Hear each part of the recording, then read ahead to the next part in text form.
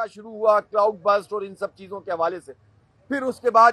یہ بہت زیادہ بارشوں کے نتیجے میں، اور دو دریا جو ستلج اور راوی ہیں، یہ تو ڈپینڈ کرتے ہیں اس پر کہ یہ بھارت کی آبی جارحیت ہوتی ہے، اس کے لیے بھی حکومت کیا کر رہی ہے؟ اللہ تعالیٰ نے ہمیں عزت دی، ہم نے جنگ جیتی، لیکن آبی جارحیت کے حوالے سے پاکستان کو جس طرح سے ایکٹیو ہو کر کام کرنا چاہیے تھا وہ نہیں ہوا۔ وہ ٹرمپ کہاں ہے جس کی ثالثی میں ہمیں یہ مسئلہ حل کرنا تھا؟ خوشامد کے لیے نوبل پرائز کے لیے ہمارے وزیر اعظم صاحب نے اناؤنس تو کر دیا، لیکن یہ تو بتائیں نا کہ پھر کیا ہوا؟ نہ کشمیر پہ کوئی بات ہو رہی ہے، نہ پانی پر کوئی بات ہو رہی ہے، اور بھارت منمانی کر رہا ہے تو اس کو پوری دنیا میں بے نقاب بھی کرنا ہوگا، عالمی عدالت میں بھی جانا ہوگا۔ ورلڈ بینک آربیٹریٹر ہے سینتاس معاہدے کا، اس آربیٹریٹر کے پاس کیوں نہیں جاتے ہیں اور کیوں نہیں اس مسئلے کو انٹرنیشنلائز کرتے کہ یہ ایک جارحیت ہوتی ہے پاکستان کے خلاف کہ پانی زیادہ آئے تو چھوڑ دو اور کم ہو تو اپنے پاس لے لو اور لوگوں کو ویران کر دو۔ تو اس آبی جارحیت کے خلاف بھی حکومت نے کیا کام کیا ہے ذرا بتائیں۔ اور پھر جب یہ سب کچھ ماحولیاتی تبدیلی کے نتیجے میں ہو رہا ہے، 2017 سے اپنے سسٹم کو اپ گریڈ کرنے کے لیے فنڈز موجود تھے اور ایلوکیشن ہوئی تھی، اگر یہ ہم کام کر رہے ہوتے ہمیں مزید فنڈ ملتے، لیکن ہمارا موسمیاتی جو سسٹم ہے وہ اپ گریڈ نہیں کیا گیا۔ پھر آپ دیکھیں اوپر کے علاقوں میں جنگلات کاٹے جا رہے ہیں،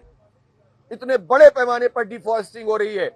اور بڑے بڑے نام ہر پارٹی کے بڑے بڑے نام، چاہے وہ نون لیگی ہوں، چاہے وہ پی ٹی آئی سے تعلق رکھتے ہوں، چاہے وہ پیپلز پارٹی سے تعلق رکھتے ہوں۔ پہاڑوں میں آپ جائیں، کوئی ماربل کے نام پر تباہ کر رہا ہے پہاڑوں کو، اور کوئی جو ہے وہ درختوں کو کاٹ کاٹ کے ماحولیات کو تباہ کر رہا ہے، جس سے وہ جو میخوں کی طرح اللہ تعالیٰ کا نظام ہے کہ درختوں کے نتیجے میں ایک بونڈ بن جاتا ہے، ایک زبردست قسم کی اسٹرینتھ مٹی کو مل جاتی ہے اور پہاڑوں کو مل جاتی ہے۔ وہ اسٹرینتھ تباہ ہوتی ہے تو پھر اس طرح سے سب کچھ، پتھر بھی گرتے ہیں، مٹی بھی نکلتی ہے، پانی کے ساتھ جب آتے ہیں تو اسی طرح ہوتا ہے جس طرح ہمارے شمالی علاقہ جات میں ہوا۔ اسی طرح سے یہ جو گلوبل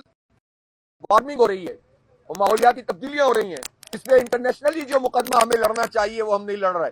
تو حکومتیں جن کاموں میں لگی ہوئی ہیں وہ تو بس ایک دوسرے کو گرفتار کرو، ایک دوسرے کے خلاف زندہ باد مرد آباد کرو، سیاسی وکٹمائزیشن کرو، سیاسی اور جمہوری آزادیوں پہ قدغن لگاؤ اور لوٹ مار کرو، کرپشن کرو، پروجیکٹس بناؤ، اپنے من پسند لوگوں کو نوازو، اور یہ حکومتیں یہ کام کرتی رہتی ہیں۔ یہ پہلو ہے کہ لوگوں کو ڈبویا گیا ہے، اس کو ڈبونے کی ذمہ داری نون لیگ کی اور پی ٹی آئی کی، دونوں کی صوبائی حکومتوں کی ہے، اور جو نقصان ہے وہ بھی ان کے ذمہ ہے۔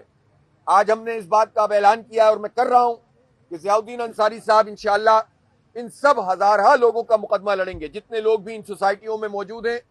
اور جن کے ساتھ یہ زیادتی ہوئی ہے، ان کو متبادل جگہ ملنی چاہیے۔ یہ حکومت کا کام ہے، جب این او سی انہوں نے دی ہے تو ان کے نقصانات کا ازالہ بھی کرنا ہوگا، ان کو متبادل جگہ دینی ہوگی اور کنسٹرکشن کے لیے پیسے دینے ہوں گے۔ یہ کوئی ایسی بات نہیں ہے کہ آج بارش ہو رہی ہے تو ہم آ گئے۔ آپ کو معلوم ہے جماعت اسلامی جس کام کے پیچھے پڑتی ہے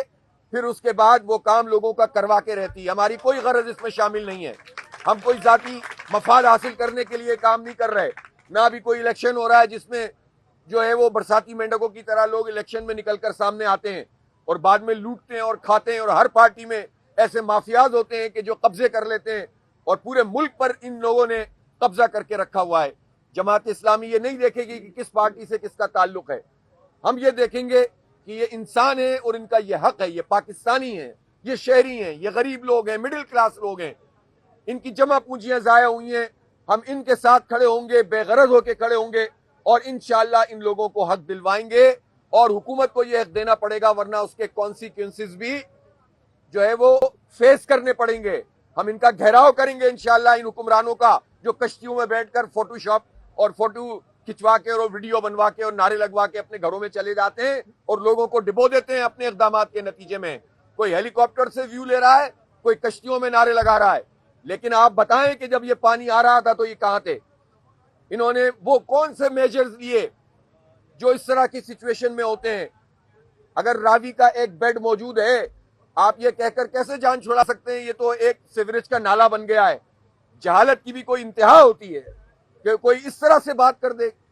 بڑے پڑھے لکھے نظر آتے ہیں، بڑے دنیا کے سامنے پریزنٹ کر رہے ہوتے ہیں، اور حال یہ ہے کہ جو دریاؤں کے گزرگاہ ہیں ان کو آپ کہیں کہ یہ سیوریج کا نالا ہے اور آپ کو یہ پتہ ہی نہ ہو کہ کب بھارت پانی چھوڑ سکتا ہے اور کب پیچھے سے فلڈنگ ہوگی، تو اس کے نتیجے میں یہاں پر لوگ برباد ہو جائیں گے۔ تو ایسے سارے لوگ قومی مجرم ہیں جنہوں نے یہاں پر لوگوں کو لا کر بسایا ہے۔ اس لیے ہم نہیں کسی ایک پارٹی، کسی ایک نام کی بات کرتے، جس نے بھی یہ جرم کیا ہے اس کو فیس کرنا چاہیے۔ اور میں دیکھتا ہوں کہ اب یہ عدالتیں، جو خود عدالتوں کے فیصلے موجود ہیں، یہ شاہد کریم صاحب کی عدالت نے ایک فیصلہ دیا تھا باقاعدہ، روڈا کے خلاف اس کا فیصلہ دیا تھا۔ تو اب آپ بتائیں کہ جب یہ فیصلے موجود ہیں تو ہم کنٹمپٹ آف کورٹ پہ بھی جائیں گے اور ان لوگوں کو کمپنسیشن دینے کے لیے، ان کے نقصانات کا ازالہ کرنے کے لیے بھی کام کریں گے۔ جہاں تک ریلیف کے کام کا تعلق ہے تو بنیر ہو یا باجوڑ ہو، سوات ہو یا شانگلہ ہو، اور گلگت بلتستان ہو یا کوئی سا بھی علاقہ ہو، دیر ہو اور کسی بھی جگہ کا علاقہ ہو، وہاں سے یہ خیمہ بستی میں تمام خیموں میں جا کر اور لوگوں سے مل کر ساری صورتحال کا اندازہ بھی کیا ہے، اور جس طرح یہاں الخدمت کے زیر اہتمام والنٹیئر، جماعت اسلامی کے کارکنان، رضاکار لوگوں کی خدمت کا فریضہ انجام دے رہے ہیں، تو آپ یہ دیکھ سکتے ہیں کہ لوگ کس قدر پریشان حال ہیں۔ ہزاروں کی تعداد میں وہ لوگ جو مختلف سوسائٹیوں میں رہائش پذیر تھے اور دریا کے راستے میں اور دریا کی بیڈ کے ساتھ ان کو یہ سوسائٹیاں عطا کر دی گئیں۔ بڑے بڑے لوگ ہیں کہ جو انفلوئنس رکھتے ہیں تمام حکومتوں میں، اور چاہے یہ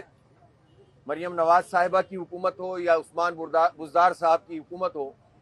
پی ٹی آئی اور نون لیگ دونوں کے زمانے میں یہ این او سیز ان بلڈرز کو اور ڈیولپرز کو فراہم کی گئیں، جو ایک ناجائز کام ہے، غلط کام ہے، پاکستان کے قانون کے خلاف کام ہے، اور غریب لوگوں نے، مڈل کلاس لوگوں نے جو اپنے سروائیول کی جنگ لڑ رہے ہوتے ہیں پوری زندگی، اپنی جمع پونجیاں ان علاقوں میں لگا دیں۔ ان سے کہا گیا کہ یہاں پر جب رنگ روڈ بن جائے گا، یہاں پر جب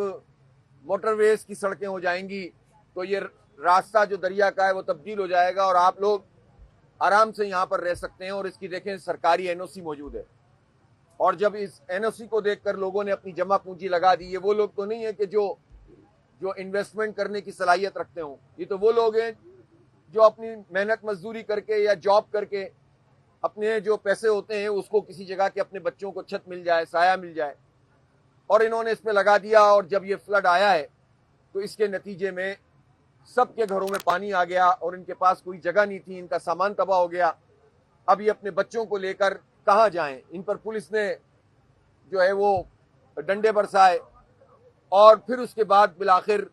جو ہم سے ممکن ہو سکا، یہاں جماعت اسلامی کی پوری ٹیم، ہمارے ساتھ ضیاء الدین انصاری صاحب موجود ہیں، انہوں نے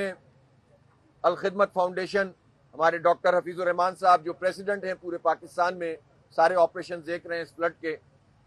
انہوں نے مل کر یہاں پر ایک خیمہ بستی بنا دی ہے۔ اس خیمہ بستی میں لوگوں کو یہ بھی ہے کہ وہ پروٹیکشن حاصل ہو جائے، اس میں رہیں، لوگ محفوظ رہ سکیں، بارش ہو رہی ہے، کبھی دھوپ نکل آتی ہے، اور دوسری طرف عزت کے ساتھ